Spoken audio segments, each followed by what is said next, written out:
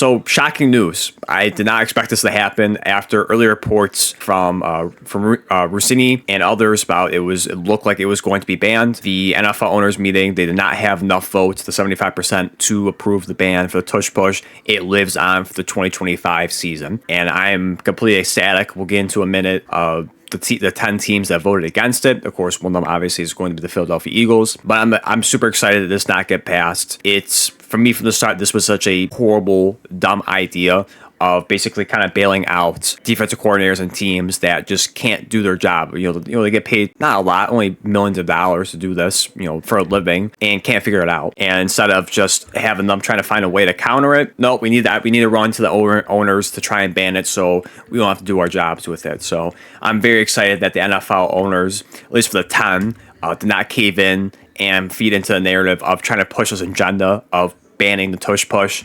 I get it's frustrating to go against, I'm sure, for the players, for coordinators, and so forth. Is it the most fun watching it as a fan? No. But again, I can't ban it because it looks ugly. It's boring. The danger, quote unquote, even though there's no data, there's no long injury list or any injury list really to go alongside the Tush Push, like the Bills with Sean McDermott, which, of course, spoiler alert, was one of the teams that did vote in favor of banning the Tush Push. But again, if you don't know, the Bills Bills circle is a fan or following Sean McDermott, you might be surprised by that, but he did come out and say a month or two ago about the dangers of it. Even though there's no true danger and there's no data that really backed it up with that one. So, again, very excited that it did not get banned. It was if they were getting to a point where the NFL is over-regulating the game and putting too many of these dumb rules in there that is changing the game just to change it. I think one quick instance is the one that did get approved is the onside kick, which is kind of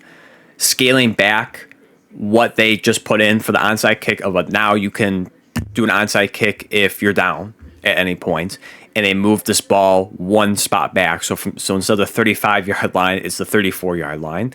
To me, it makes absolutely no sense. It should have just been how it's always been. To me, if you're looking to increase the succession rate for it, that doesn't really do anything. That should have been kind of what the USFL does with initially when it was I think last offseason was the 4th and 18 option, or maybe maybe a few months ago. I think it was talked about. I think it was at least like last year, the 4th and 18 conversion and to replace the onside kick. That makes more sense. We're talking about excitement, conversion rate. That is more of a better direction than what they're doing now. So again, I think that's an instance in the Tush Push as well, where we're over-regulating the game and we're punishing teams for being good at something. That's what it really comes down to in that part. So, I really love the 10 teams that stood up and said no.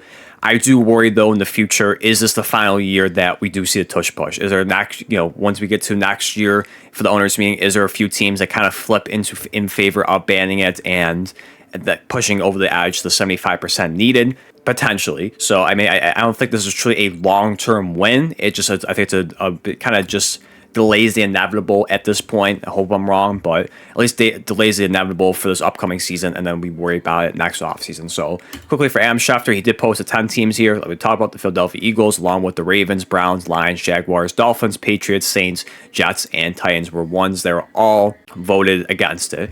You see there needed 24 votes, so these need 2 more teams. And again, I think that is more doable next owners meeting of just flipping 2 teams to get to that point and to ban it. So again, I think it's inevitable at this point, but it's a small win for now, small short-term win, especially for Eagles fans. They get to keep the play for another year, as well as the Bills, who run it a lot as well. So we'll see. But again, very excited that the Tush Push did not get banned, and there was a small win for standing up against the overregulation of the NFL and what the commissioner and what the owners want. Big win with that, but we'll see what happens. Of course, long term, looking way to the future into next offseason for the owners meeting.